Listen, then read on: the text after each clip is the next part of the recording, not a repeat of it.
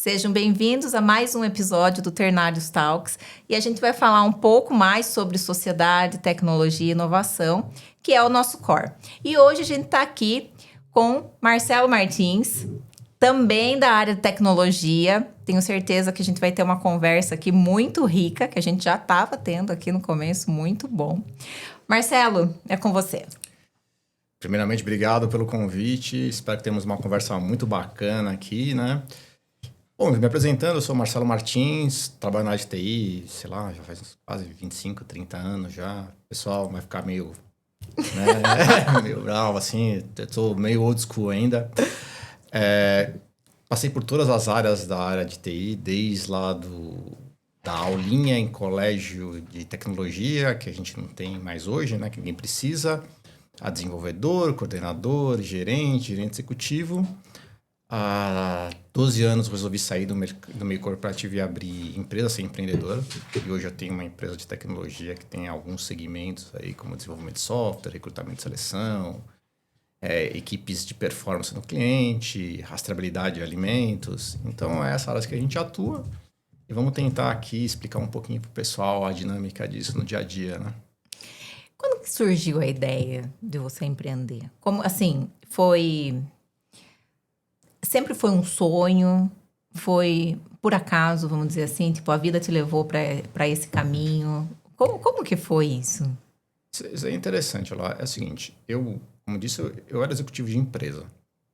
E eu queria continuar, né? Até que um dia eu falei assim, caramba, cara, eu tô aqui e essa não é a vida que eu quero levar, né? Eu queria ser outra coisa, eu não tô muito satisfeito. Essa vida de ser executivo de multinacional não é bacana. Eu tava começando a ficar mais velho, Cansativo, né? cansativo, Puxado. e eu tinha duas coisas na cabeça. Eu falei assim, ó, eu vou virar refém do mercado. Porque uma coisa é você ter emprego quando você tem 20 anos, outra coisa é você ter emprego quando tem 50 anos. Até aí me incomodou um pouquinho. Mas o que mais estava me incomodando é que eu estava trabalhando para o sonho de outra pessoa que não era o meu. E daí eu falei assim, não, preciso mudar isso daqui. Foi aí que tudo começou a mudar. Eu falei assim, não vou ser mais empregado dos outros. Vou montar minha empresa e fazer a empresa do jeito que eu acho que tem que ser. Né? E aí montamos a Logical Minds, que é a minha empresa de hoje. E na Logical Minds, qual que é o maior desafio que você já teve até hoje? Que, assim, com o que você atua especificamente hoje e qual que foi a maior dor que você já teve? Bom, a gente tem hoje na Logical Minds 4 unidades de negócio diferentes, 4 objetivos diferentes. Nosso principal negócio é resolver todos os problemas de pessoas e softwares para o cliente. Então, eu atuo desde a área de recrutamento, de achar um profissional adequado para você, a montar uma equipe de alta performance fazendo terceirização, a desenvolver o software e fazer um gap analysis do seu ambiente, de arquitetura, de custo de nuvem, etc. Esses são os maiores negócios que a gente tem hoje. Então, desde arrumar pessoas, administrar essas pessoas, montar a equipe, desenvolver e para você fazer a estimativa tanto de performance como de custo no ambiente, a gente consegue fazer hoje para você isso, né? A maior dor, eu acho que o maior ensinamento que eu tive nesses anos é pensar que desenvolvimento de software é software. E, na verdade, isso não é. A maior dificuldade que a gente tem são pessoas. Mesmo na época de E processos, né?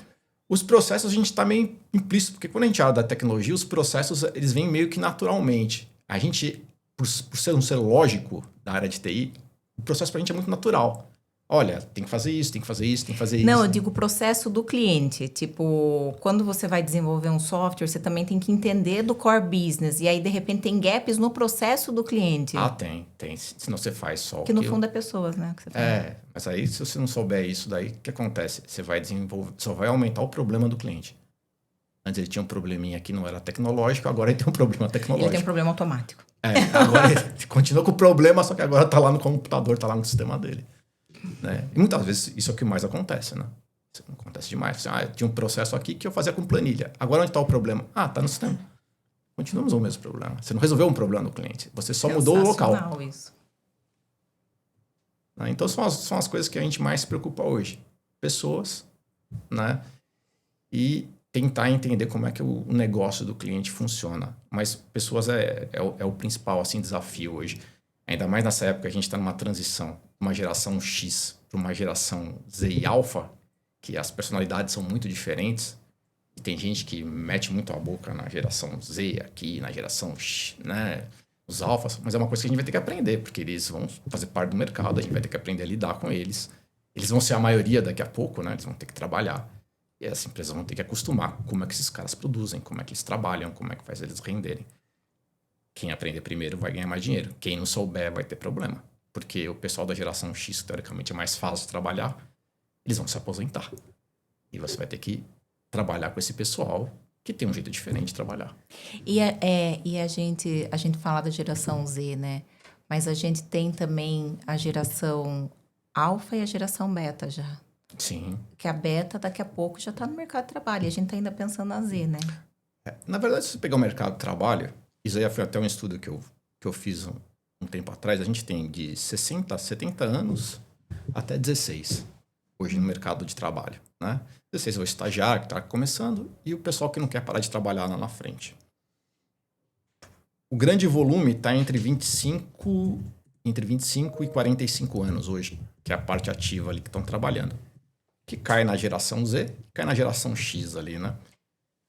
Mas você vai ter que aprender. Porque, assim, esse pessoal vai para frente, vai começar a se aposentar e você está no mercado de trabalho, está na sua empresa, né? E você tem que pegar esse pessoal e começar a entender como é que eles funcionam, como é que eles trabalham. Assim, não é o mesmo jeito. Assim, você não trata gerações diferentes de formas iguais, né? Isso é a grande mentira que contam no mercado, no meio corporativo. Assim, não, vamos tratar todo mundo igual. Fala assim, não é possível. Um jeito. O cara trabalha de um jeito, esse que trabalha de um jeito. O que é importante para um não é importante para outro. Né? Não é a mesma coisa. Tipo assim, um jovem, por exemplo, no começo de carreira, pode querer trabalhar 10 horas por dia. Mas uma pessoa que tem 2 filhos que tem que ir para a escola, que tem uma série de outros problemas, não vai topar fazer isso. Ela pode até querer, mas ela nem consegue. Então é diferente. Você vai ter que encaixar E tá tudo bem. Tem que encaixar essas duas pessoas na sua empresa. Você tem que entender como é que elas funcionam. Né? Então é diferente, tem que aprender. E é curioso isso, né? Eu percebo que a maioria das empresas, elas não percebem que elas têm que se adaptar. Porque eu estava conversando com o pessoal do marketing aqui, esses dias que a gente foi para São Paulo, e o Pedro falou para mim uma coisa que é bem verdade. As pessoas, os donos de empresa, eles crescem olhando muito para trás. Sim. Tipo, com meu pai era assim, ele fez assim e trouxe a gente até aqui. Eu, por exemplo, eu morava na Coab. Tipo, eu era super pobre. Tipo, quem que tem empresa na minha família? Ninguém, zero. Então, eu não tenho muito esse tipo de referência. Então, se eu não olhar para frente, não tem muito para onde eu olhar. Mas eu percebo que essas empresas, principalmente as maiores, que são de geração em geração, assim, elas olham muito dessa forma. E aí, eu percebo também que a gente, enquanto empresário, né, no geral, a gente fala, pô, esse modelo de negócio funcionou, vou fazer assim, vou escutar esses conselhos, mas nem sempre a roupa do vizinho serve pra gente também, né? Sim. Isso que você falou de se adaptar é fundamental. Uhum. Eu tenho a seguinte percepção. Toda vez que você está meio apertado, você corre para onde você mais conhece. Então, se eu tenho uma visão de mundo que deu certo ali atrás, eu quero aplicar ela agora. Só que o mundo muda e a sua forma de resolver problemas antigos não é a mesma forma que você vai resolver problemas agora. Verdade. Então, você tem que pensar o seguinte, ó, essa fórmula de sucesso me trouxe até aqui. O que eu tenho que fazer daqui para frente para atingir o sucesso? Pode ser fazer a mesma coisa? Talvez. Mas a gente não está no mesmo mundo. A gente tem que prever o mundo que vai estar. Essa é a função do empreendedor. Sim. Você prevê o mundo e risco. Não é assim que a gente faz? Olha, eu tenho uma oportunidade lá na frente. Eu tenho que mudar isso daqui para pegar essa oportunidade. Como é que eu faço isso? Você pode fazer do mesmo? Pode dar certo? Claro que pode. A possibilidade de dar certo é menor. Lógico. Tem premissas que você vai ter que continuar trabalhando. Seus valores, etc. Esses aí são universais, não vão mudar. Agora, a forma como você entrega o seu produto e a forma como você lidera pessoas, elas vão mudar. Sim. É diferente. A necessidade de 20 anos atrás não é a mesma. Basta você ver, sei lá, há 20 anos atrás a gente usava um smartphone que só ligava. Hoje, a última coisa que você faz no smartphone é ligar alguém. Ninguém mais liga. E quando liga alguém pra você, fala assim, nossa, quem tá me ligando? Que falta de respeito, pessoal, porque não manda uma mensagem pra mim no WhatsApp. A gente mudou o comportamento. Sim. Né? É muito diferente. Então, como empreendedor, você tem que aprender a lidar com isso. E às vezes você falou isso que é bem verdade, né? A gente muda, mas a gente é muito condicionado a falar que o outro mudou, que a outra geração, né, tá difícil. A gente não quer aceitar, né? É mais fácil olhar pro outro e falar assim, nossa, que difícil lidar com ele, horroroso. Assim, não, cara, a vida é essa, aceita a vida do jeito que ela é. Você vai ter que mudar, as coisas são diferentes hoje em dia. Não é você brigar com o mundo, você tem que se adaptar. E tem essa questão de você, que você falou de ligar. Eu tava pensando esses dias no carro que tá vários números me ligando, aí você atende e não fala nada. Aí eu vi na internet que tá tendo um golpe Sim. da ligação muda, sei lá. Eu falei, meu Deus, né? Eu não sei se eu faço certo ou faço errado, mas eu não ligo para as pessoas. Eu também. Eu não ligo, muito raro. Muito raro. E aí eu vejo esses famosos falando, não, você tem que ligar, porque você tem que vender, você tem que ligar. Eu falo assim, gente, eu não atendo telefone. Você acha que os outros vão me atender? É difícil. É difícil, né? Porque às vezes não é só tipo, porque eu não quero atender. Todo mundo tem uma vida corrida. Você, às vezes, você tá num lugar que não dá para você falar. Você, hoje tem essa questão de golpe, telemarketing que liga, que antes ligava só naquele 3003, sei lá. Que continua te ligando, né? Então, mas agora eles colocam outros números no meio também. Então você fala assim, de boa, nem conheço, não vou atender. Então a gente também muda. Então, mas é isso que eu falei, é o reflexo. Antes, logo lá, sei lá, em 2000, quando eu tinha meus primeiros celulares, atender no escritório no celular era tranquilo. Hoje, o cara toca e fala assim, quem é esse aqui? Ah, não, se ele quiser, ele passa uma mensagem e depois eu ligo.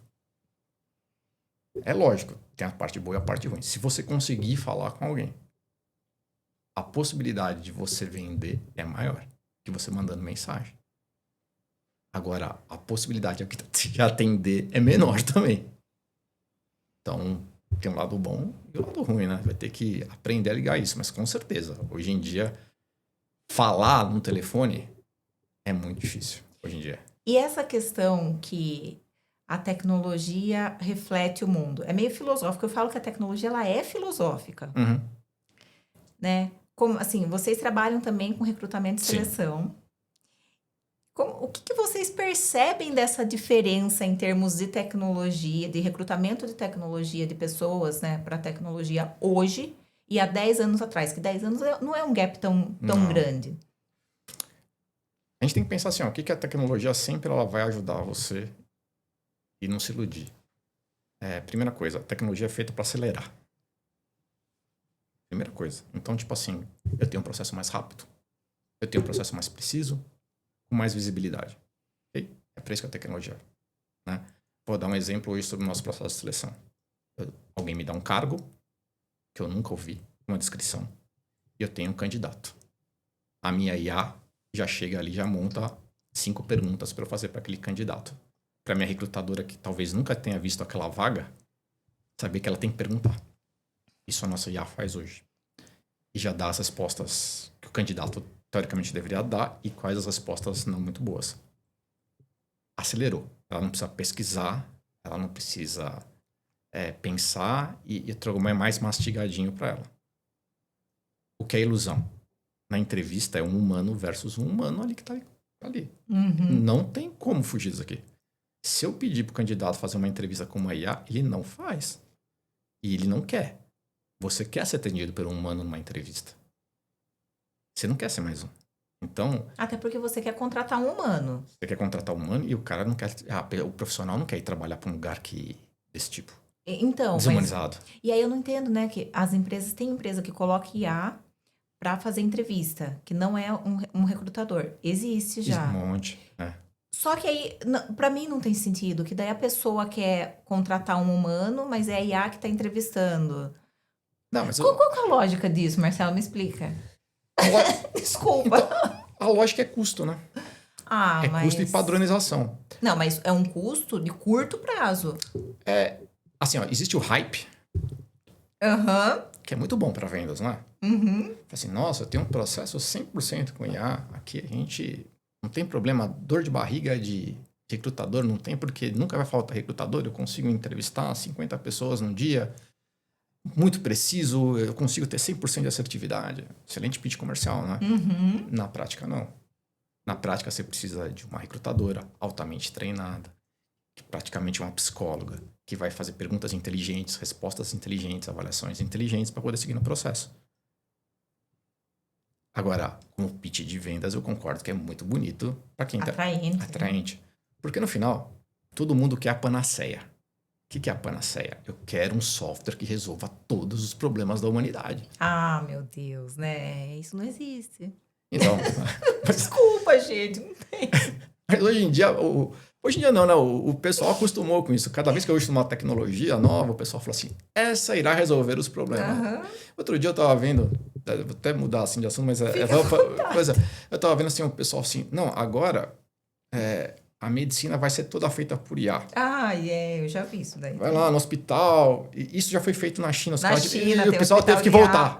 Voltou? Voltou. Ai, que legal. Porque no final... Olha só, né? Contra-intuitivo, eu falando que é legal, mas peraí, né? Tudo tem limite. Não, mas o problema é que o feeling do médico é altamente importante na decisão ali. Não é só um diagnóstico frio. E outra, você tem um ser humano que está fragilizado do outro lado. Então, assim, uma ilusão tão grande assim. E assim, achar que IA vai resolver todos os problemas também da humanidade também é uma inocência muito grande. Ela resolve muitos e cria outros também, né? Quem é da tecnologia sabe que a IA não é uma coisa nova. É uma coisa que já tem 30, 40 anos. Sim, eu estudo IA faz tempo, desde quando eu estava na faculdade. Eu tenho muito cabelo branco. E eu não sou da geração A diferença é que hoje em dia barateou. Popularizou, né? Democratizou. Isso. E a gente, dos anos para cá, as empresas grandes, elas conseguiram, devido aos processadores que tem hoje no mercado, criar IA generativa. Uhum. Que é gerar informação. Então você tem GPT, Gemini, Claude, Perplexity, enfim, tem milhares. Antes a gente tinha só a preditiva. Learning Machine, então você fazia dados estatísticos. E hoje é legal, porque tipo assim, você escreve alguma coisa e aquela IA responde. Você tem que entender que ela responde por meio de estatística. Ela não responde para você como ser humano. Ela une ali os tokens e fala assim, não, a melhor resposta que eu tenho para dar é isso aqui. E é uma coisa interessante, que a IA, ela não tem responsabilidade com a verdade. Eu falo sempre isso. Ela tem responsabilidade com a resposta. Com a resposta. Então, ela sempre vai te dar uma resposta. Então, se você não sabe avaliar a resposta da IA, cara, tá perdido. Você viu a Deloitte que teve que devolver $400 mil para o governo da Albânia? Porque eles criaram um relatório falso. feito por IA que tinha um monte de erro e gerou prejuízo e blá, blá, blá. Porque é a falácia da IA. A falácia da IA. Assim, ela acelera. Ela é mais rápida. Vai te ajudar a fazer um monte de resumo? Vai. Quem vai conferir o que ela fez? Tem que ser a gente, né? Tem que ser o ser humano. Assim, ó, não sei se você já fez essa experiência. Pega um livro que você conhece e manda ela resumir o livro. Mas assim, um negócio mais inteligente. Ó. Resume o livro, pega os pontos principais, etc. Blá, blá, blá, blá. Se você conhecer o livro a fundo, você vai ver assim, ué, isso aqui não está escrito no livro. Não, ela inventa várias coisas. Isso aqui não está escrito no livro. Isso aqui não está escrito no livro. Ela tirou isso. Ela inventou. Daí você responde assim, cara, pelo amor de Deus, não invente texto. Ela fala assim, verdade. Ah, é verdade. É isso mesmo. Verdade. Ai, você desculpa, está certo. Eu falo assim, poxa, o que acontece se você publicar isso? Vai passar vergonha, né? Se você entregar um trabalho de mestrado ou de doutorado desse jeito, vai passar vergonha. Porque fala assim, cara, você nem precisa chegar no nível desse. Você entrar numa reunião e falar meia dúzia de abobrinha, você já... você pega lá um grafo assim, não, mas isso aqui não é. Não, mas a IA gerou, assim, não, vou te mostrar a operação. A operação tá aqui, ó. Não existe isso aqui. Eu pensei assim, acho que a IA me enganou. A IA, ela é boa, ela acelera. Mas tem que ter supervisão, né? Supervisão E daí requer outra coisa que hoje os profissionais não têm, que é saber perguntar. A comunicação. Eu falo que é a habilidade do futuro. É comunicação. Como é que você pede, como é que você recebe e como é que você avalia.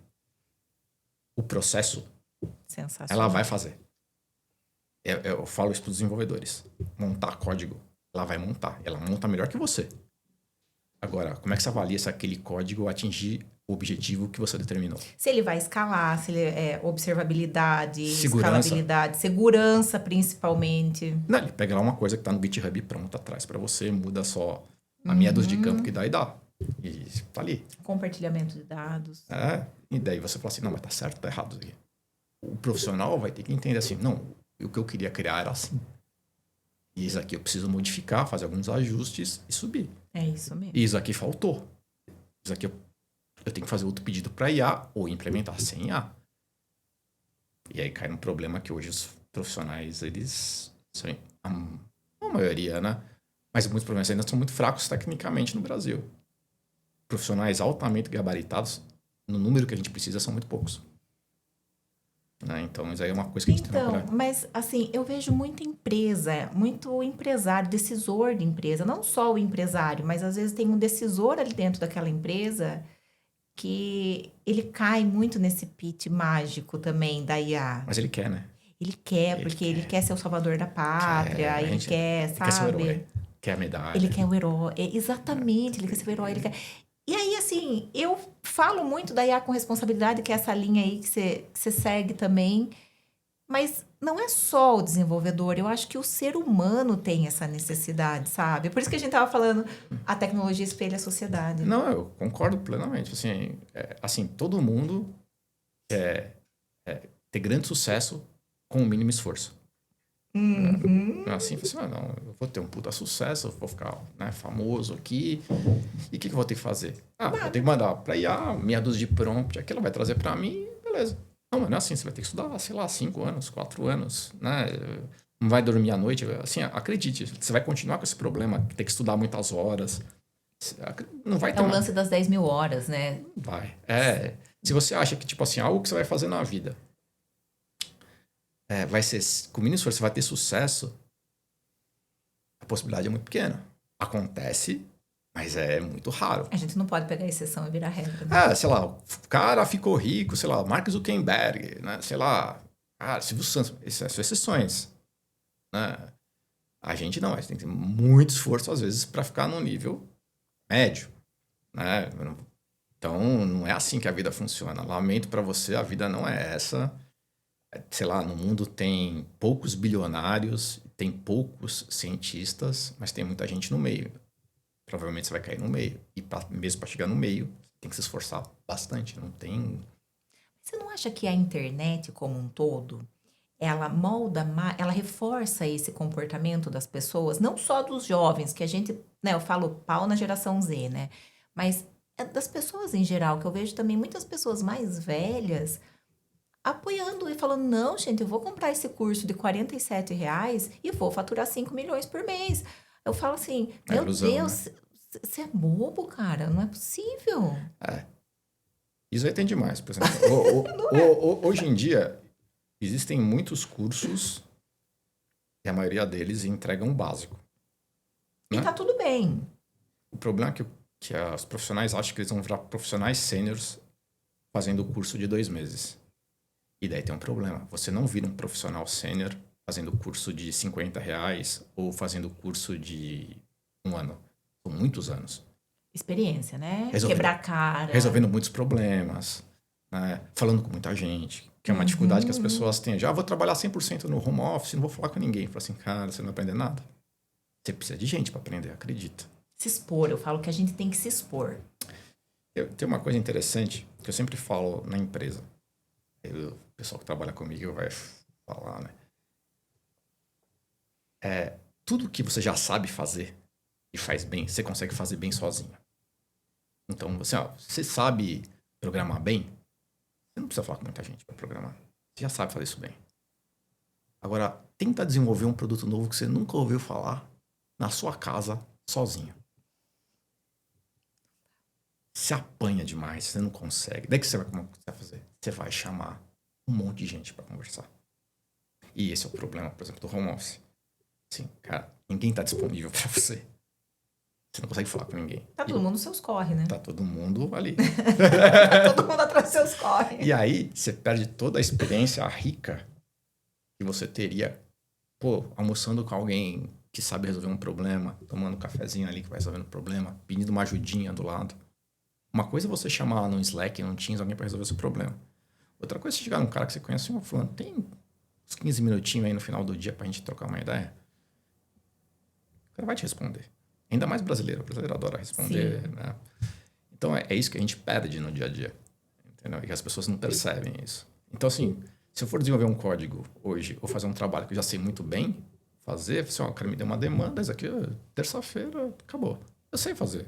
E eu vou produzir mais. E se você não me incomodar, eu vou entregar até mais rápido. Sim. Agora, olha, tem um produto novo aqui que eu não sei muito bem como é que faz. Você olha e fala assim, meu Deus, e agora? Esse você vai precisar falar com A, com B, com C, com D, com E, com F. Fala com os 3 caras ali. Então, é muito diferente isso. Eu falo, assim, em casa, que eu falo para meus filhos, tudo que você tem dúvida, olha a natureza. Ah, sim, perfeito. A natureza é sagrada. É sábia, né? Eu falo para eles, se você tem dúvida de alguma coisa, olha a natureza. Às vezes eu vejo, né, os jovens, a gente também já foi jovem e a gente também já passou pela mesma coisa. Eu quero tudo rápido, eu quero tudo para ontem. Eu falo, gente, tem alguma árvore na natureza que você olha e fala que é linda, que você plantou hoje e amanhã? Não. Existe o processo existe para todo mundo. Aceita isso. Quanto mais rápido você aceitar, mais sucesso, mais rápido vai ser o seu sucesso. É imediatismo, né? Com a ideia da internet, que é a superexposição que a gente tem, a gente vê muito sucesso. Só que assim, você dificilmente vê quanto tempo o cara demorou para construir aquele sucesso. É o que a gente estava falando aqui antes, né? Que eu falei que eu acho que o LinkedIn tá um pouco chato. Porque, e tudo bem, ninguém vai expor as fraquezas. Outro dia minha tia morreu e... Outro dia não, né? Esses dias atrás ela faleceu e tinha vídeo meu no Instagram. Normal. Eu não gravei naquele dia, óbvio, mas a gente tem os vídeos que são gravados. Não vou abrir o Instagram e começar a chorar. Olha, gente, aconteceu isso hoje e tal. Não, nada a ver. E tá tudo bem. Só que o lance é não ser o politicamente correto, de ser chato, né? Mas entender que tudo tem um processo. Não é porque eu comecei a produzir conteúdo hoje que, nossa, amanhã, meu Deus, a NASA tá me procurando. A gente não acostuma a ver a caminhada de sucesso das pessoas, só o sucesso. E a gente também nem quer ver. Pode ver na internet. Vou dar um exemplo bem simples. Assim, todo mundo conhece a história do Bill Gates. Uhum. Bill Gates, bilionário, dono da Microsoft, um dos homens mais ricos do mundo, etc. Quantas pessoas sabem que o Bill Gates, durante 4 anos, dormiu no carro? Ou dentro lá de um sofá que tinha, e que aquilo ali ia ser a Microsoft um dia? E quantas pessoas não sabem de coisas que nem o Bill Gates contou para ninguém que aconteceram na vida dele? Agora, pensa assim, quantos de nós aguentaríamos dormir num sofá se você fosse um cara muito acima da média intelectualmente que ele era, por causa de um sonho, e não desistir durante 3, 5 anos? Né? Porque dói, né, Marcelo? O Elon Musk é um cara milionário, etc. Elon Musk morava lá na África do Sul e ganhou uma bolsa para estudar nos Estados Unidos, no Canadá, não me lembro.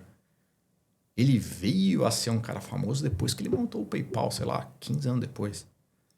Então, tipo assim, ninguém viu a jornada do cara. Tipo assim... Isso que ele já vem de uma família estável, né, financeiramente. Mais ou menos. Assim, o pai dele era... Pelo que eu entendo, o pai dele era da mineração, mas o pai dele, ele não se dava muito bem com o pai. Inclusive, ele veio para fazer com o tio, etc. Mas ele não era nem de sombra... Pobre e não era rico. Era um cara de classe média, entendeu? Então, tem ali toda uma jornada dele, etc. Se pegar Steve Jobs era um maluco. Ele ficava lá na faculdade... né? Só que hoje as pessoas idolatram, desculpa, o Steve Jobs. Steve Jobs, o gênio, Steve Jobs, tal. Só que na época, se quem elogia Olhasse o Steve Jobs. fosse trabalhar com o Steve Jobs, ia lá na internet. Meu chefe é tóxico, ele quer controlar a minha vida. Não é? Não, o jeito do Steve Jobs trabalhasse fosse hoje, tinha muito processo. Não, é assim, entendeu? Só que hoje ele é visionário. Então, eu não sei o que acontece com as pessoas, que elas ficam nessa vibe, assim, meio... Steve Jobs já tinha um modelo chinês de trabalho naquela época, né? Mas aí é que tá, Marcelo. 996, né? Isso funciona ou não? É a pergunta de $1 milhão, né? Porque a China chegou lá assim. Eu acho que tem os dois lados. Trabalhar em horas você também produz, né? Mas existe uma mentira que o trabalhador chinês é muito improdutivo. Inclusive, estatisticamente, ele é menos produtivo que o brasileiro. Jura? Ele está atrás do nível de produtividade. Tem um Meu estudo Deus, com relação a não isso. sabia disso. Só que ele trabalha demais. E a cultura lá é outra. O governo não ajuda ninguém. Né? É diferente. Então, tipo assim, a gente não pode comparar. Laranja com banana. Tipo, não dá, e etc. Né? A gente é muito mais criativo. Só que ao mesmo tempo que a gente é muito criativo, me dá a impressão que o brasileiro muitas vezes é preguiçoso. Ai, eu também acho. Entendeu? Porque como a gente resolve coisas muito difíceis, muito rápido, a gente não tem aquele foco de manter. Só que... Pô, interessante isso. Só que você vê as pessoas que têm sucesso no Brasil, são as pessoas que conseguem os dois. São muito criativas e conseguem manter. Porque ser criativo é uma habilidade muito do brasileiro. O brasileiro é muito criativo. Em nenhum lugar do mundo tem alguém com a criatividade brasileira absurdo. O brasileiro é muito social. Então, também é difícil quando você vai, por exemplo, para a Europa. Nem todo mundo é muito social lá. Os Estados Unidos também não é. O brasileiro é muito social. Você consegue se dar bem, consegue se virar. Só que o brasileiro me dá a impressão que como ele consegue isso de uma forma rápida, muito simples, ele fica preguiçoso. Ele não é lá, tipo, um profissional japonês que vai lá, disciplinado, dia a dia. Vamos. Ele fala assim, não, eu consigo resolver isso em 10 minutos. Daí para. Isso é uma coisa que a gente tem que pensar. Se a gente conseguisse no Brasil ter a disciplina que em outros lugares do mundo tem, com a capacidade que a gente tem de resolver as coisas, a gente seria um país fantástico. Mas a disciplina, ela é treinável, você concorda? Sim, é cultural. Mas assim, vamos lá na linha de raciocínio. Se a gente não é culturalmente nato com essa disciplina... Teria que treinar. A gente tem que treinar. Tem que treinar. Só que eu falo que a gente só sabe que a gente tem um problema, a gente só consegue mudar um problema na nossa vida quando a gente assume que a gente tem um problema. A gente é paternalista, né? Muito paternalista. Então, a partir do momento que a gente, enquanto profissional, a gente fala, não, eu tenho um problema com a disciplina e eu vou buscar resolver, porque eu preciso dessa disciplina na minha vida para chegar do outro lado. Beleza, aí quebra o ciclo. Mas aí no meio eu volto na internet. Você não acha assim que as redes sociais hoje também elas quebram muito isso nas pessoas com essa falsa expectativa da invista R$100 e ganhe 5 milhões por mês? Mas para que a rede social existe hoje? Só você pensar. A rede social é para manter a atenção dos outros. Sim. Ela é um vício. Dopamina barata. Dopamina barata. TikTok, Instagram, Reels. E o objetivo dela, se eu fosse o Mark Zuckerberg, o cara do TikTok, ia fazer cada dia mais coisas, o pessoal ficar mais lá dentro de forma vazia e de dopamina rasa. E, logicamente, é isso que acontece. O próprio algoritmo, o que ele faz? Ele te vicia. Então, tô vendo esse assunto aqui. A partir de agora, você vai ter só esse assunto 20 vezes. Né? E daí você fala, nossa. E daí você ficou 2 horas lá, numa vida vazia, poucos objetivos. Ficou o dia inteiro lá. Mas é para isso que a rede social serve. Se você quer ser um grande profissional, você não vai atingir sendo uma grande pessoa, você não vai atingir ficando em rede social. Você pode até usar ela como uma diversão, um passatempo, etc. Mas não como uma forma produtiva de vida, né? Mas você sabe que toda vez que eu entro, por exemplo, no Instagram, eu falo assim, gente, o que eu posso aprender aqui? Aí esses dias... E tem muito conteúdo bom. Tem muito. Muito. E aí, esses dias, eu estava conversando com uma pessoa que é 100% de marketing. E a pessoa falou para mim... Eu falei assim, nossa, eu não vejo essa rede social maligna que as pessoas veem e tal. Ele falou, mas é porque você não procura isso. Porque a grande massa procura isso. Ele falou, Eloá, ninguém entra na rede social pensando, o que eu vou aprender aqui? Não. Aí eu falei assim, jura? Desligar As pessoas a mente. não fazem. Ele falou exatamente isso. Eles querem desligar a mente. Eu falei, como assim desligar a mente? Por que você vai desligar a mente? No Instagram não tem sentido. Fugir da realidade. É a fuga da realidade. Nossa, eu levei um choque. Porque eu entro e falo assim, gente, eu quero aprender isso. Nossa, deixa... A tecnologia, toda a tecnologia, você sabe muito melhor que eu até, ela não é boa nem má. Ela é neutra. Ela nem tem que ver como é que você usa. Uhum. Então, assim, se eu uso ela para ver porcaria, vai vir porcaria. Se eu uso ela para estudar, provavelmente vai ter muito conteúdo bom. Entendeu? É ver como você usa. LinkedIn ou Instagram, ou qualquer outra rede social, ou com qualquer lugar na internet, seja no Google, tem muita coisa boa. E outra, hoje em dia você tem muito acesso à informação. Então, por exemplo, você queria estudar uma coisa há 30 anos atrás, você ia ter que comprar livro. Sei lá, ir lá visitar a aula do fulano de tal a 300 quilômetros da sua casa. E uma vez na semana. Hoje você pega no Google, vai lá no YouTube, puta, aula de não sei o que lá. Deixa eu ver a aula desse cara. Deixa eu ver a aula desse cara. Então você tem muito acesso para evoluir. Agora, você pode também ficar vendo dancinha lá sem sentido. E daí a gente perde aquele negócio que é seu poder de escolha. Quem está escolhendo? Você tem que ser responsável. Eu falo que a gente tá na era da decisão sem decisor. Se você não é responsável, você tem que assumir a responsabilidade. Eu vou estudar e eu vou procurar esses conteúdos. Porque se você quiser também procurar nada e ficar lá com dopamina barata, você vai conseguir. Meu objetivo principal é esse. Seu objetivo é desligar e ficar lá numa vida meio flutuando, sabe? Você vai conseguir. Aliás, é isso que o cara da rede social quer. Né? Que você fique lá vendo a dancinha, vendo aquela bobagem, a piadinha barata, fútil, a fofoca, que tem muito, né? O brasileiro, tem um estudo que o brasileiro é o cara mais fofoqueiro do mundo, né? Jura? É um dos mais.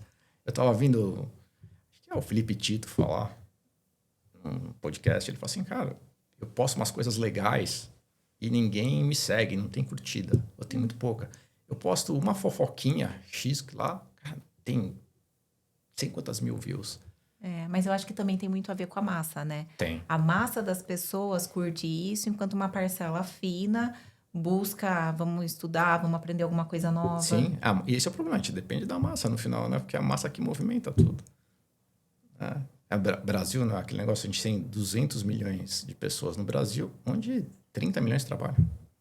Né? É ativo, né? Uhum. Então, e os outros estão aí. E aí a gente falando aqui de sociedade e tal, porque tudo isso reflete na tecnologia.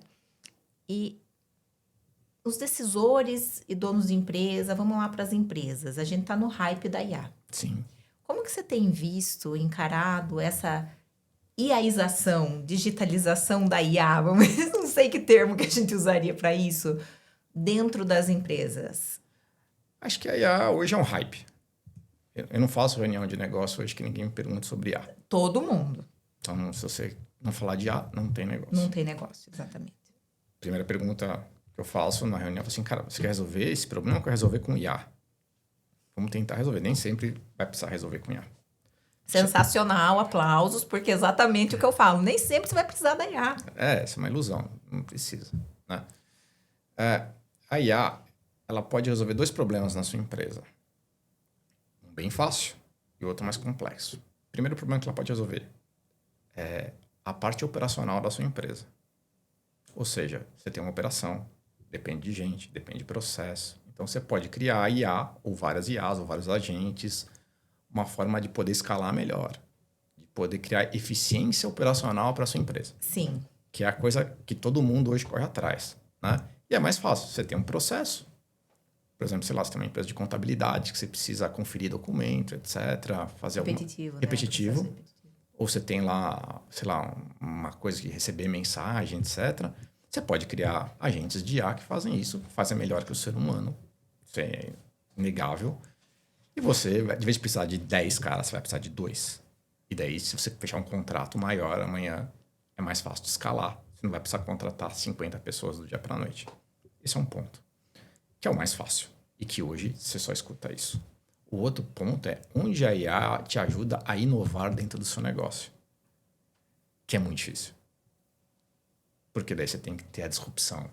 Você tem que ter uma ideia de produto novo. Aí o bicho pega, porque normalmente as pessoas querem usar sempre pro segundo, que é a disrupção. Só que é muito difícil. A inovação ela não precisa ser disruptiva. Ela tem a parte, né, que ela é evolutiva. Sim, e a parte disruptiva. Mas mesmo evolutiva, se você vê, Assim, como posso usar a IA para fazer essa evolução? Né? Não é tão simples assim quanto o pessoal acha. Ah, não, eu vou pôr aqui um agente GPT e acabou o problema. Não, não, não, não. Não é assim que funciona. Tem outras coisas que você tem que ir no meio. Isso para a parte de inovação, que é talvez a empresa que você quer enxergar no futuro. Né? Hoje eu vejo muita gente usando na parte operacional como melhorar a sua operação, tornar mais eficiente. Mas no fundo é aquele tal negócio. O que é melhorar a eficiência operacional da minha empresa? É fazer mais e melhor. Né? Então você vai transformar a sua empresa numa coisa, processo dela, operação dela, um negócio que eu consigo fazer mais com menos e melhor e mais correto. Isso hoje é o que mais faz em IA hoje no mercado, né? Então, mas você acha que toda empresa, ela tá preparada para isso? Não, nem os profissionais estão. Exato. E não é um problema da tecnologia. Não, a tecnologia está aí. É assim, ó, todo mundo... Eu falo pro pessoal, não, todo mundo sabe mexer no GPT. Ah, sabe? Ah, sabe. Como você pergunta as coisas para ele? Deve ter um prompt, sei lá, de duas linhas. Eu falo assim, Oi, chat, tudo bem? oi, tudo bem? Faça isso aqui para mim. Eu falo assim, não, cara, mas não é assim que funciona. E outro dia eu tava montando o prompt lá pro pessoal, o prompt tinha 100 linhas. Eu disse, Marcelo, que absurdo. Aí você falou assim, então, cara, é assim. Você com 100 linhas, eu ainda assim, tem que refinar. Eu falei assim, mas é isso, cara, que você tem que entender. Assim, ó, você tem que ensinar a IA que você quer, dar caso, falar com ela que ela tem que responder. E daí ela vai responder para você. Se você fizer uma pergunta tosca, ela vai te responder tosco. Né? Qualquer coisa. Toscamente. Fala assim, não, cara, tem que explicar para ela como é que eu quero, quais são os casos, onde ela tem que procurar. Fala assim, me procure de fontes confiáveis, tá, em tal lugar. É porque ela inventa muitos dados. E assim, se criou a ideia que a IA é onipresente em informação. E ela não é, ela tem limitação. Só 5% da informação do mundo tá em IA hoje. Então ela não tem essa informação toda. Milhares de livros de... Só 5%? 5%, Não sabia desse dado. É bem pouco. Nossa. Eu acho que eu vi uma análise outro dia que as informações que nós temos hoje, assim, é de até 2023, né? As 2024 a gente não tem ainda. Nossa. A gente tem, assim, dos sites, mas não compilado e treinado. Entendi. Né? Mas a informação é muito pouca. Assim, ó, pensa, ó, estudos de medicina ou estudos de alta tecnologia que tem patente. Elas não estão na IA. Você não pode perguntar isso daí. Por quê? Porque é uma coisa sigilosa. Tá lá. E a pessoa coloca um prompt de 2 linhas, acha que a IA vai responder vai negócio responder, milionário. Né? Qualquer coisa assim, não tem. É o pulo do gato. Não vai ter. Por quê? Porque essa informação não ficou disponibilizada para nenhuma IA. Por quê? É fechado. Inclusive, hoje existem IAs de pesquisa que elas são fechadas. Você tem acesso aos documentos ali, ela faz o zoom, mas é só daquilo aí. Uhum. A gente está desenvolvendo uma assim para um cliente. Só... E vai ser fechado, não vai ser público. Uhum. Né? Não, público, nem pode. Público é fácil, que assim, sei lá, eu quero fazer igual eu faço em casa. Eu gostaria que você resumisse as obras de Platão para mim. Bacana. Platão tem 2.500 anos, ele tem um livro lá, tá, todo mundo é público. Ele vai resolver. Eu preciso saber quais são os novos propulsores da Falcon 2, como é que é feito. Não tem, né? E ele vai inventar esse assunto. Não adianta você falar assim, não tem. Não tem. Entendeu? Então, é uma ilusão. Criou-se uma ilusão muito grande. Esse é um papo de realidade, né? É um que a gente tá tendo, porque as pessoas não... As pessoas querem a panaceia. Querem resolver todos os problemas. Uma solução mágica. E a gente que trabalha com a realidade, Marcelo, eu percebo que muitos... Eu não gosto dessa palavra, leads. Eu não gosto disso, mas tudo bem, vamos lá. Futuros clientes, quando vão fazer reunião de negócio com a gente, eles ficam meio decepcionados quando a gente manda essa real. Não, é frustrante, né? Mas como não resolve?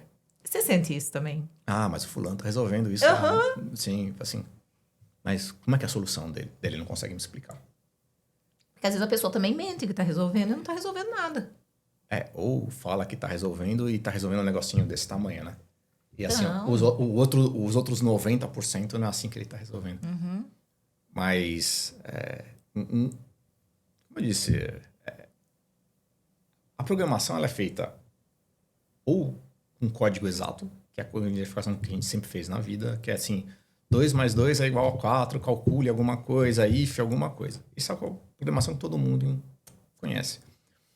Existe a programação estatística, que é a que a IA executa. Por isso ela aprende. Ela põe os dados, treina, e apesar de algoritmos estatísticos, ela consegue te responder. Por isso ela aprende. E por isso ela precisa de volume de dados gigante. A diferença é que uma é uma codificação exata, outra é uma codificação estatística. É difícil explicar isso pro pessoal que é leigo. Assim, não, cara, ó, isso aqui é exato. Quando você pôr 2, vai ser 4. É porque as pessoas também só querem o resultado, né? Esse daqui, ele vai fazer um cálculo estatístico gigantesco, por isso ela precisa do processador lá da NVIDIA que custa bilhões, para te dar uma resposta. Ah, é 2,04. É assim que funciona. Quando você precisar do 2, você vai usar essa programação. Quando você precisar do 204, análise estatística, você vai usar essa programação. Né? Por exemplo, você quer fazer lá um chatbot que alguém tem que responder igual humano, você não vai usar com essa programação, você vai usar com a programação de IA, porque estatisticamente ela vai entender como é que se responde mais para alguém. Quando você precisar que ele responda lá assim, ó, entra para cá, fecha a conta, cara, não dá. Você já entrou em algum lugar que fala assim, e a IA começa a falar, escrever assim, meu Deus, eu só queria cancelar meu cartão de crédito, por que ele não pede logo meu CPF e sei lá, minha data de nascimento e cancela logo esse cartão? Tô aqui há 3 horas tentando falar alguma coisa que ele não entende. Sim. E assim, isso a gente, esse imediatismo, essa ilusão, essa dificuldade até em lidar com a IA, a gente enxerga na sociedade como um todo. É. Né? Assim, seja a pessoa intelectualmente PMG, vamos dizer assim. Né? Mas vocês trabalham muito com recrutamento na área de TI. Sim. Qual que é o maior erro que vocês percebem? Não sei se existe, assim, um maior erro, sabe? Se não fica uma coisa meio guru, Pejorativa? assim. Pejorativa. Tipo assim, mas o mais comum que vocês percebem que as empresas cometem na hora de recrutamento?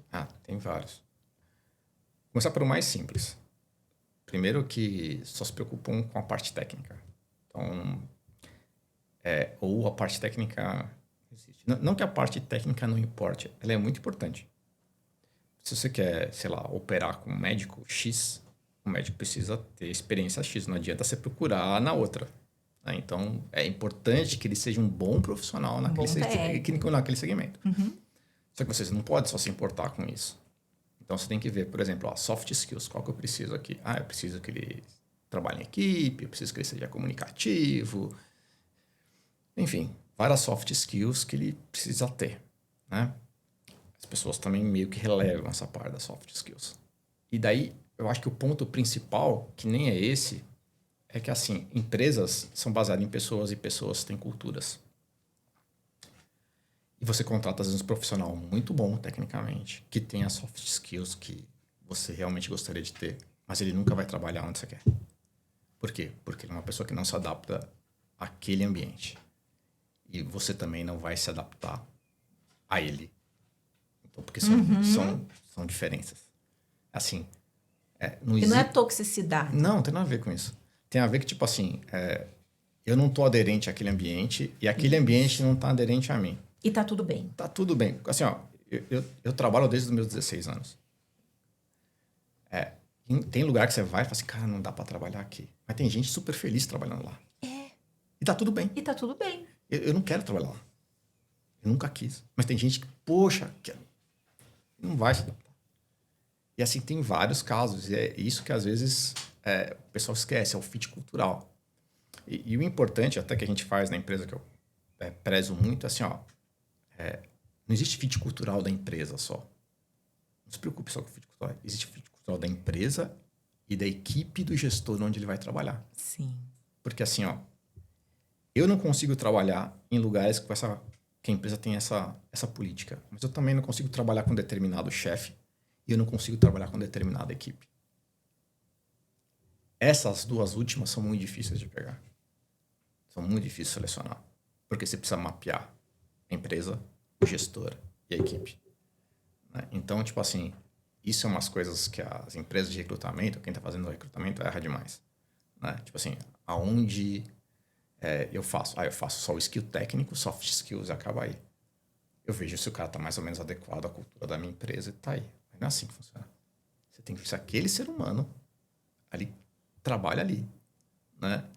Senão é muito frustrante. Você vai chegar lá, o cara não vai gostar, passar 1, 2 meses. Ainda mais se for essa geração mais nova, que, tipo, não tem a mínima vergonha de pedir a conta com um mês de trabalho. Fala assim, não gostei de trabalhar aqui, vou embora. Porque o pessoal mais velho Dá uma segurada. dá uma segurada, né? Ainda mais ficar, não, eu tenho família, tenho filho, Não, eu moro com a minha mãe, acabou, não vou ficar aqui, vou embora. Então, você é caro, porque você ficou ali recebendo currículo, fazendo entrevista. É frustrante para a empresa, para o processo, para o líder. É frustrante para o gerente, porque ele fica queimado. A empresa, assim, pô, contratei um cara tão bom, você não consegue gerir esse cara. Assim. E o cara pediu a conta ainda, ou seja... ou preciso trocar. Quantas pessoas você contrata um bom profissional que depois de 3 anos, assim, puta, contratei errado. Esse cara não dá para trabalhar aqui. Ele vai espanar. Mas é difícil, né? É difícil. O recrutamento, principalmente na área de TI, vou falar na área de TI porque é a nossa vida aqui, né? Mas, Marcelo, não é fácil. Não, porque é assim, é uma área que tem muita demanda para pouco profissional. É uma coisa curiosa que eu falo assim, ó, você vai virar engenheiro. Quantos anos você precisa para virar engenheiro?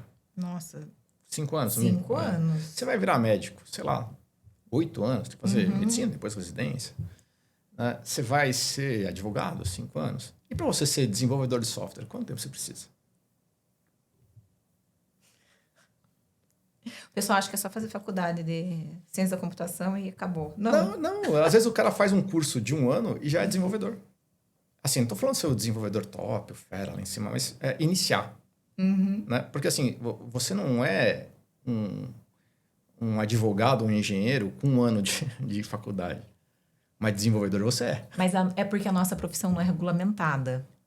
Então, como você não tem um conselho de classe, a gente consegue esse lance que você falou. Eu vou fazer um curso e beleza, aprendi, sou acima da média, consegui aprender, tenho essa aptidão, beleza. Agora, um médico, um advogado já não pode. E tem outro problema, acho que na área de TI, que é um problema da educação. O jeito que você treina hoje, tanto na faculdade, é inviável. Ai, gente. Porque é o seguinte, a tecnologia, ela muda muito rápido. É muito polêmico o que eu acho, mas fala. É muito rápido. E daí você tem uma grade de 4 anos atrás. E daí, quando o cara termina a faculdade, ele não arranja emprego. Porque a tecnologia que ele tá lá não é aplicada no mercado. Exatamente. Então, assim, não adianta a gente fazer uma graduação de 4 anos com tecnologia desse momento, sendo que você está olhando para o passado. E daí não vai dar certo, isso não vai funcionar. Na hora que você sair da faculdade para o mercado... É um choque. É um choque. Eu levei um choque. Você fala assim, não, mas isso aqui não usa mais faz muitos anos. É só empresa, sei lá, que já tem lá o legado antigo. Ó, vou dar um exemplo assim, ó. Quando eu comecei a estudar, sei lá, eu estava com uma coisa chamada... O pessoal agora vai querer morrer, né? Com Visual Basic. Eu também. Eu entreguei minha idade, né? Só que assim, eu acho que eu fazia a versão 3 e no mercado eu trabalhava com a 6. Quando eu fui lá eu ia fazer aula, por exemplo, eu já trabalhava, eu já era programador. Eu tinha dificuldade para entender a versão antiga, porque eu estava numa versão muito nova no trabalho, e a versão que os caras dão na faculdade, eu falei assim, cara, mas eu não uso mais assim no trabalho no dia a dia. Só que eu tinha que entregar meus trabalhos para falar assim, cara, vou ter que aprender o velho. Sensacional. Né? Então a gente tem esse problema de defasagem de treinamento técnico hoje, de se formar, de formação, que é muito sério. Se a gente quiser ser um país tecnológico, a gente vai ter que mudar como a gente educa e como a gente forma os profissionais. É por isso que eu acho que é importante assim avaliar. Não sei, você que tem muita expertise nessa questão de recrutamento. Temos. Como que vocês avaliam essa curiosidade das pessoas? Porque isso que você falou é brilhante, Marcelo. Aí temos um problema na área de TI, né? Que é assim, por ser uma área que você sai do nada para ser profissional muito rápido, ela atrai muita gente que quer ganhar dinheiro rápido. Tá. Então, muitas vezes o cara não gosta de TI. O sonho dele não era TI, mas o sonho dele era, tipo, dar uma vida melhor para a família. Uhum. Então, você vê que ele não tem a mínima... não habilidade, mas ele não gosta daquilo. Uhum. E daí ele não evolui, ele estaciona. E daí as perguntas que você tem que fazer, normalmente profissional, para qualquer área, e TI ficar mais, ver o quanto ele gosta e quanto ele está aderente àquilo. E a gente faz perguntinhas, tipo, você desenvolve alguma coisa na sua casa para você? No seu final de semana, assim, o que você estuda? O que você faz? Se é um cara muito ligado à programação, o cara vai ter lá a calculadora que ele desenvolveu em casa. Eu brinco que é o sistema financeiro. Todo desenvolvedor tem um sistema financeiro que ele põe as despesas dele e grava no banco de dados lá, que ele achou genial, ele não tinha nada para fazer, ele montou. Mas é o tipo da coisa que você vai acabar fazendo. Por quê? Porque você gosta daquilo, é interessante. Você quer montar uma plaquinha com Arduino, enfim, tem milhares de coisas que você pode fazer ali. O cara que não tem, ele vai falar que ele saiu com a namorada, ele foi na balada, que ele viajou, enfim, é outra coisa, né? Que no tempo livre dele, ele gosta de jogar bola com os amigos. Nada contra, mas é o tipo de coisa que o profissional que vai ser um grande profissional de TI não faz. É o profissional que fala assim, não, eu faço os negocinhos em casa aqui, eu monto meus computadores, eu gosto de ficar aqui montando aqui a parte de nuvem, que é de graça, você consegue montar um monte de coisa. Então, o quanto ele está envolvido naquele segmento, né? E para qualquer coisa, por exemplo, se você provavelmente for contratar um marceneiro, provavelmente no tempo livre dele, ele fica mexendo com madeira, ele faz algumas coisas. Se você quiser um cara que vai fazer educação física, ele está envolvido num jogo de futebol, ele está ali em alguma coisa também, vai fazer uma corrida. Não dá para ser profissional de TI, se você quer ser um grande profissional, sem estar envolvido ali. Você vai ser sempre um profissional médio ali. Vai trabalhar, vai ganhar seu dinheiro, mas grande profissional, o especialista, você nunca vai ser. Nossa, sensacional isso. Meu Deus. E isso daí você tem que perguntar na entrevista, e é por isso que não pode ser uma entrevista não humanizada. Uhum. Porque são perguntinhas que você faz pro candidato. Agora os candidatos vão saber, vão responder de outro jeito lá quando fizerem entrevista com a gente, né? Mas são perguntinhas que você faz, que você pega pequenas coisas assim, não, ele gosta, ele não gosta. E muitas vezes você vai trabalhar com esse profissional, mas você sabe que ele mesmo nunca vai ser o profissional de ponta. Uhum. Ele vai ser o profissional ali da média. Eu vi outro dia a Cris Junqueira falando sobre isso, do quão obcecado você tá para fazer dar certo. Sim. Seja a sua carreira, seja a sua empresa, seja a sua vida. Você tem que estar obcecado. E é muito verdade isso. Ainda mais ela, né? Ela, sou muito fã dela. Não, com certeza, muito eu também. Fã. A mulher saiu, né? Executou milhares de coisas. Né? Fundou o Nubank, etc. Mãe de um monte de filhos, estudou não sei aonde. Né? Aqui tá o negócio. Para você ser muito bom na vida, você vai ter que amar aquilo que faz. Mas isso não é fetiche. É porque se você não gostar, você não vai conseguir fazer. Porque é cansativo ser muito bom. Você vai desistir. Entendeu? Então, tipo assim, no primeiro... Ai, meu Deus do céu. Ai, não quero. Não vale a minha saúde, não vale o estresse. Não vale, é sofrido. Uhum. Agora, se você ama aquilo que você gosta, assim, cara, beleza, vamos achar outra forma de fazer isso aqui. Vamos achar outra forma. Daí você descansa um pouquinho, você volta lá e faz. Você vê isso muito, sei lá... Você chora com o amigo e volta. Você vê isso em muitas áreas. Quem é músico, quem é mecânico de carro. Né? O cara chega lá, vai desmontar o carro, tá tudo errado. Ele volta lá e fala assim, não, vamos tentar de novo aí. Vamos aqui. O cara tá fazendo música, mesma coisa. Né? Se você não amar aquilo que faz, sua vida naquele... vai ser muito difícil. Porque eu acho que até o Steve Jobs falava isso. Assim, se você não gostar, sua vida naquela área vai ser muito difícil. Vai ser muito difícil ter sucesso, porque você vai desistir antes. Você vai desistir. Procura alguma coisa que você realmente tenha paixão, porque senão você vai desistir antes. Então, você acha que, assim, o que leva ao sucesso é realmente a paixão pelo que você faz? Primeira coisa, você tem que ter uma aptidão. E é importante isso.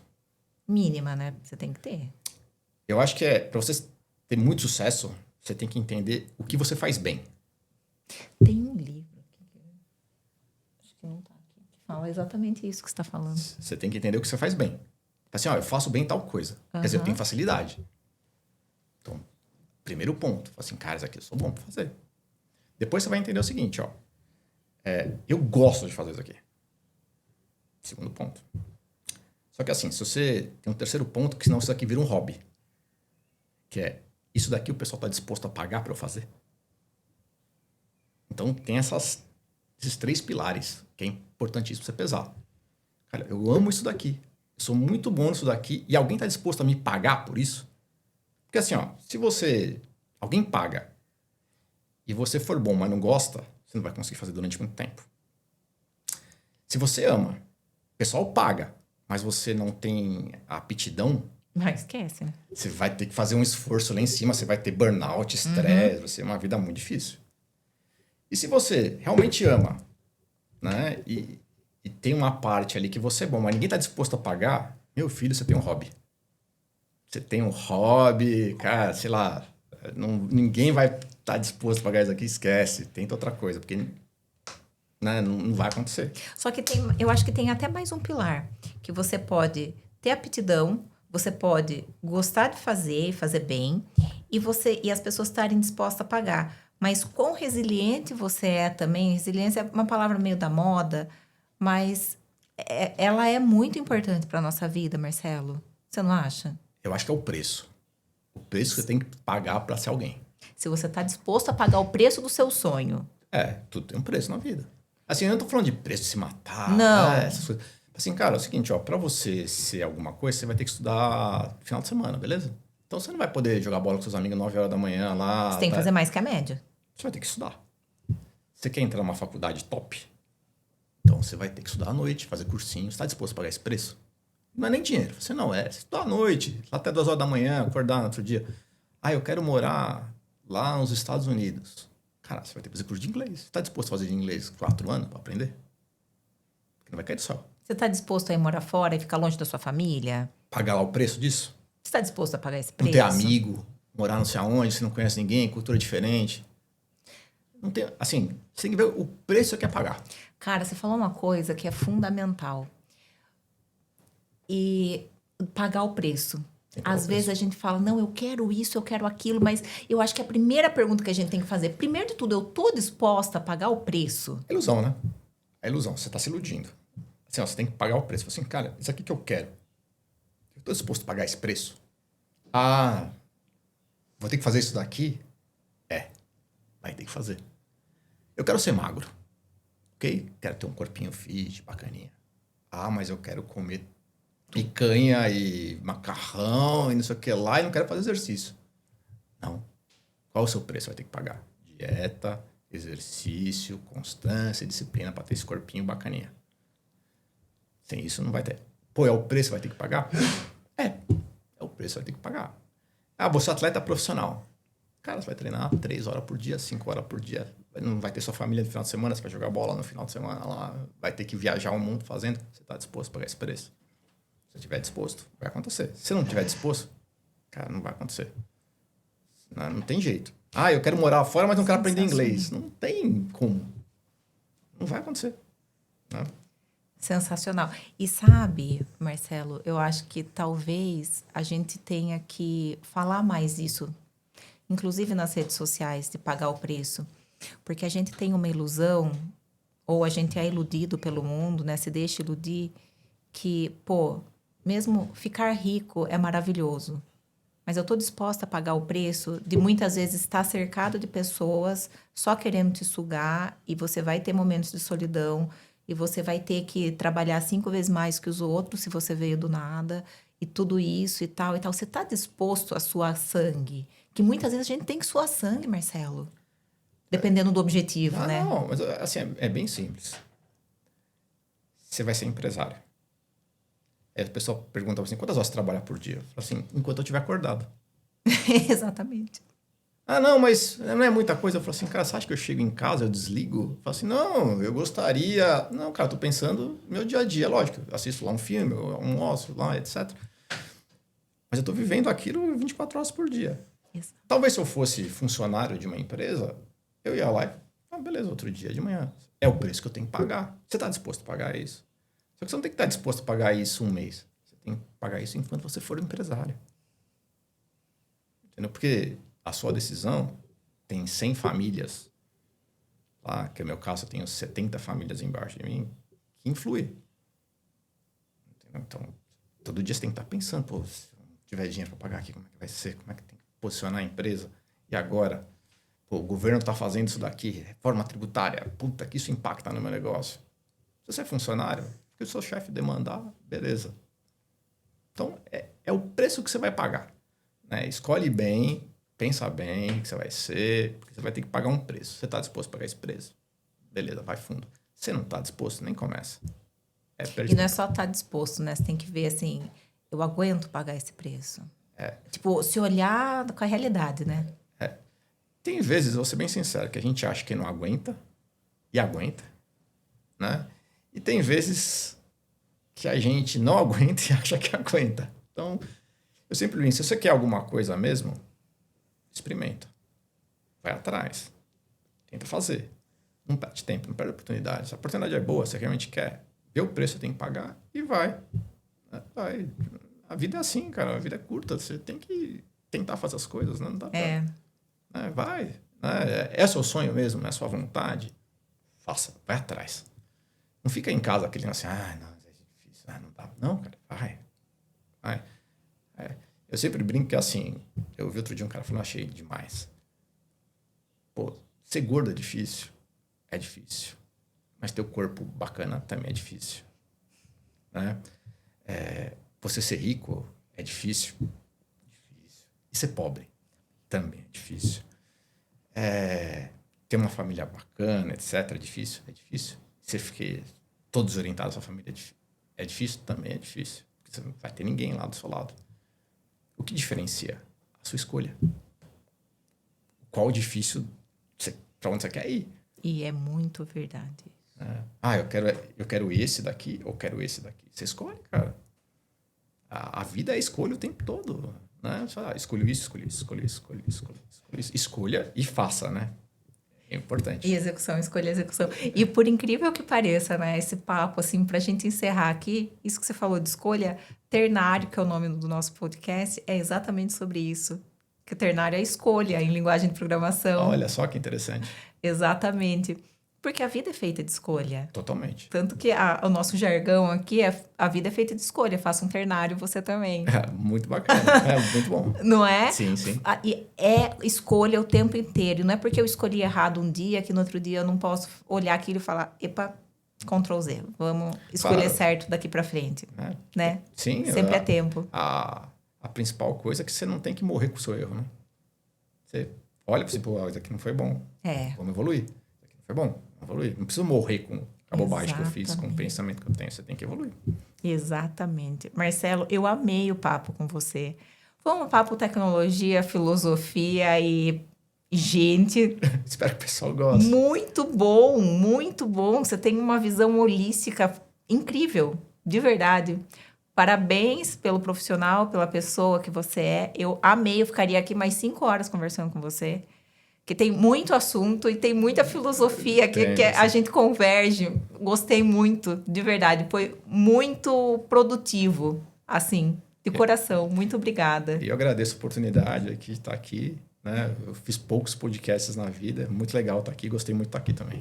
Muito obrigada, Marcelo. E vamos marcar outras oportunidades para a gente se encontrar, bater um papo e fazer as outras pessoas refletirem sobre a sociedade, sobre como a gente usa a tecnologia também, que a tecnologia é uma ferramenta. Sim, total. Meio, nunca fim. Não pode ser. Não pode ser. E a gente tem que tratar ela dessa uma ferramenta. Exatamente. A tecnologia só é uma ferramenta. Acaba aí. É isso. Muito obrigada, Marcelo. E encerramos aqui mais um episódio do nosso Ternários Talks com Marcelo Martins. Incrível. Faz um ternário você também. Faça a sua escolha e pague o preço por ela. Pague sim. Um abraço, pessoal. Obrigada.